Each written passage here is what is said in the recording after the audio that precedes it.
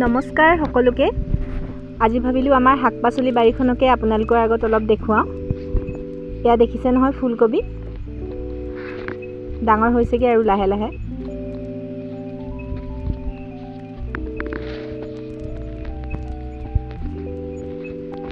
এয়া ওলকবি খাব পৰা হৈছেগৈ। দেখিলে খুব বেয়া লগা, মানে ওলকবিখিনি আমি চাফা কৰিবলৈ সময়ে পোৱা নাই। তথাপিও চাওকচোন ইমান ধুনীয়াকৈ লহপহকৈ বাঢ়ি আহিছে।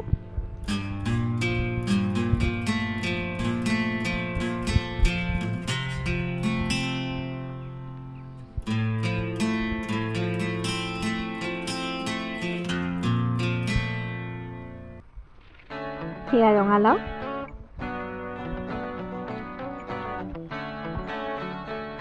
চালাড খাব পৰাকৈ তিয়ঁহ ঘৰতে ৰুই লৈছোঁ।